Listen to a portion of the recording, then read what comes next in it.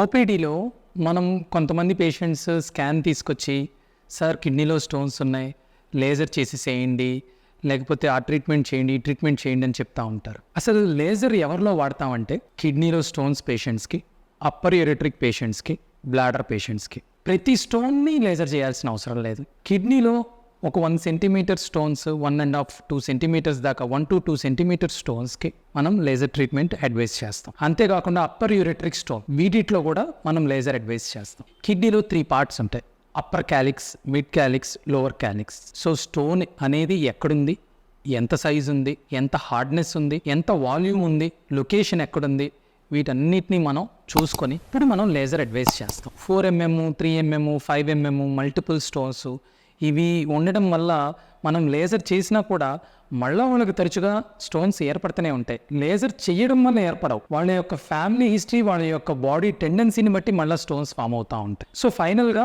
మనం లేజర్ యూజువల్గా 2 types of lasers కిడ్నీకి use చేస్తూ ఉంటాం. ఒకటి హోమియం లేజర్, రెండోది థూలియం లేజర్. దాని యొక్క అడ్వాంటేజెస్, డిసడ్వాంటేజెస్ నేను ఈ వీడియోలో చెప్పదలుచుకోవట్లేదు. ఈ లేజర్స్తో మనం స్టోన్ని పౌడర్ చేస్తాం. దీంట్లో డస్టింగ్ అంటాం, పాప్కార్న్ అంటాం. మూడోది సక్షనింగ్. చిన్న స్టోన్స్ కనుక అయితే మనం డస్టింగ్ చేసేస్తే పౌడర్ అయిపోతుంది. ఒక 1.5 సెంటీమీటర్ అలా అయితే దాన్ని పాప్కార్న్ మెథడ్ అంటాం, అంటే చిన్న చిన్న ఫ్రాగ్మెంట్స్గా బ్రేక్ చేస్తాం. మూడోది సక్షనింగ్.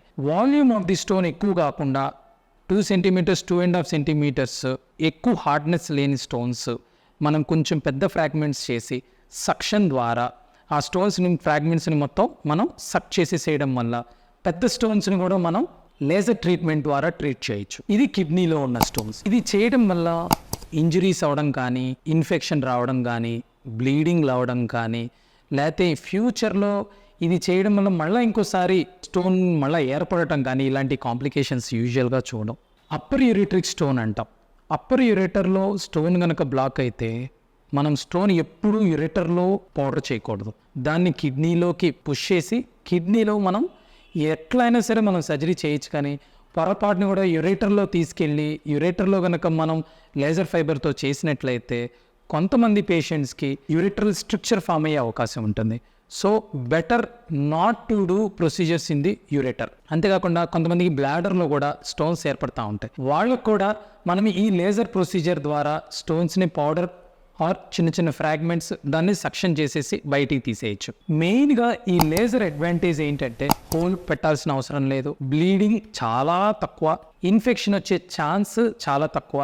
ప్రాపర్గా ప్రయర్ స్టంటింగ్ చేసుకొని యూరిన్ కల్చర్ నెగిటివ్ చూసుకొని ఏమన్నా యూరిన్ ఇన్ఫెక్షన్ ఉంటే ముందుగా ట్రీట్ చేసుకొని మనం ప్రాపర్గా కనుక ప్లాన్ చేసుకున్నట్లయితే laser is efficient and safe procedure. ఇది చేయడం వల్ల ఇన్ ఫ్యూచర్లో ఇంకోటి ఏదో బ్యాడ్ ఎఫెక్ట్స్ లేకపోతే ఇంకోటి ఏదో అయ్యే అవకాశం చాలా తక్కువ. So laser is a good and efficient procedure. Thank you.